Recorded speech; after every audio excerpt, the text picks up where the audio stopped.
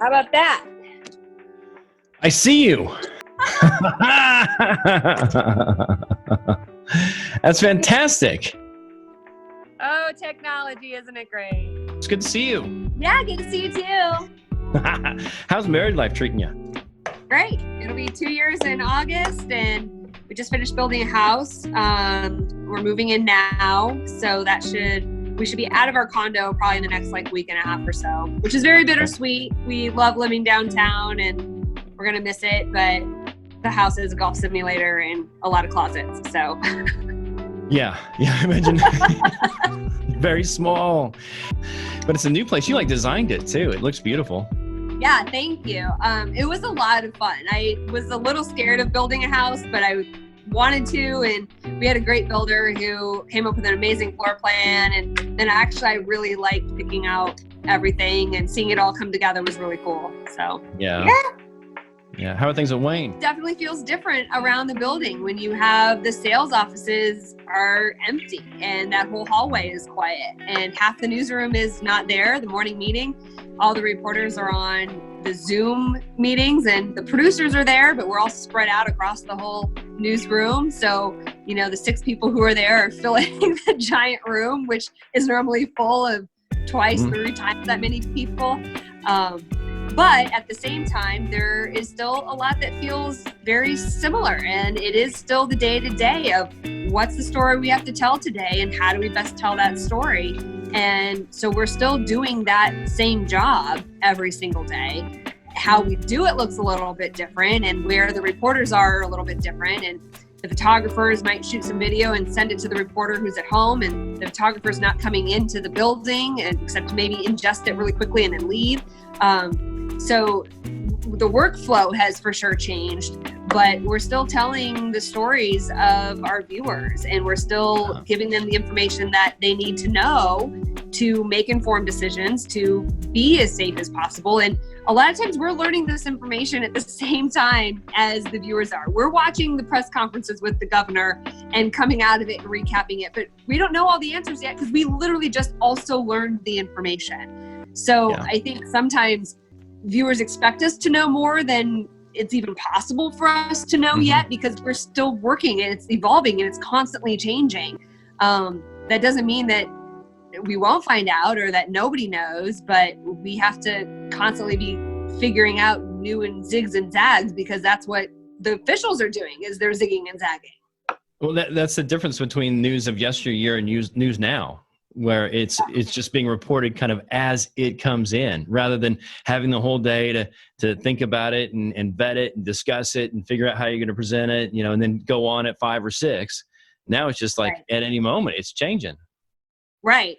It's constantly changing, and you have the added social media aspect and viewers who act like reporters, and that's been happening for a long time. That's not necessarily new to this industry, but this kind of has magnified it in a little bit of a different way, because people will also be listening to the same press conferences. They're all public. We're streaming them on all of our platforms, on television, online.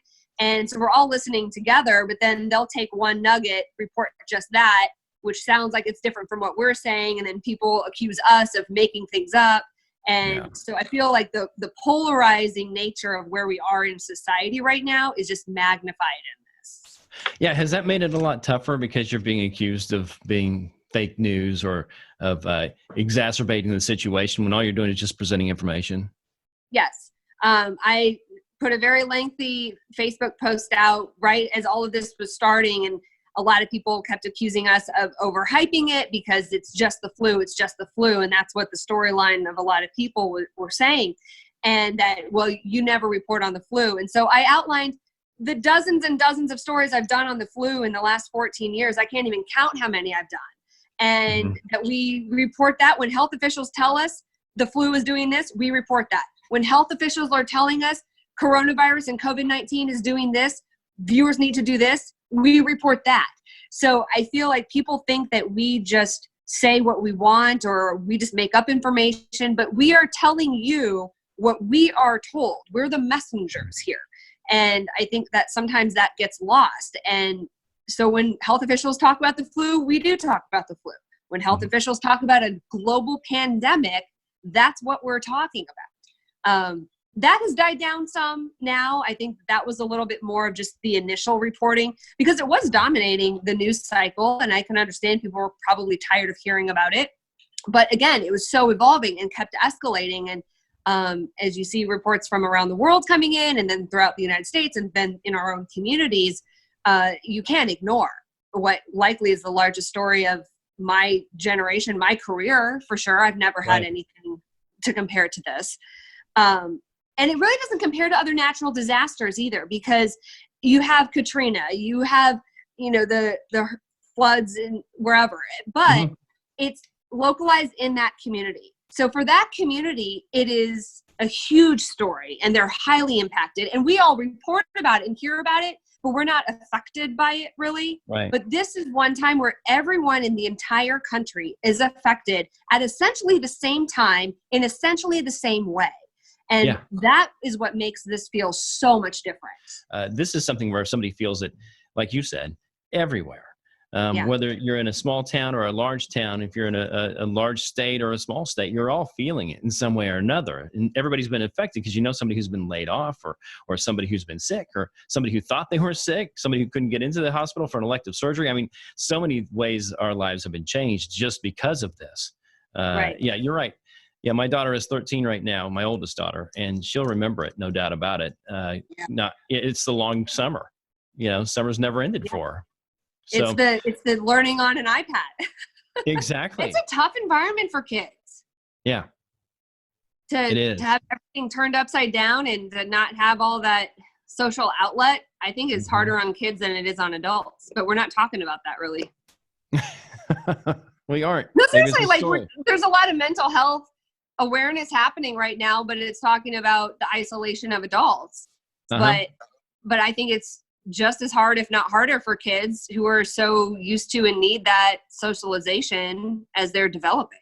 So as far as covering this though, I mean, it's tough. When you have to cover something that has so many sad elements to it, it's really painful to do that day in and day out. I mean, I don't think people realize, they can turn off the TV, right? They can walk away from it. They can just kind of tune themselves out. But as a journalist, you have to pay attention to it every single minute. So how do you keep a positive attitude when all you're doing is reporting tough stories? Amazingly, there also are positive stories coming out of this. And you have to focus on the humanity, and you have to focus on the good in people that is showing through these tough times. We have the stories of the little girl who writes letters to her postal carrier who shows his boss, and she gets boxes and boxes of letters back. Right. And that's touching to see her reaction. And you see all the parades of people honking and the talking to people through windows. The most heartbreaking pictures for me are seeing the family members wanting to connect with their loved ones in assisted living facilities, and they can't. And it's, the touching through the glass and just that longing to be together and they can't. And that's what's so heartbreaking too. But you do have to try to balance it with some positive. And you've been kind of a cheerleader in doing that, especially on a morning show. You have to wake up with a smile on your face. You can't wake up grim or dreary or angry or grumpy. So you walk in there, you're the first person people see in the morning that in a lot of cases, you got to have a smile. And you guys have been wearing t-shirts, showing stuff off, talking about the community, right? That's right. We've had a couple different t-shirt campaigns that raise money for different causes in the community, small business support.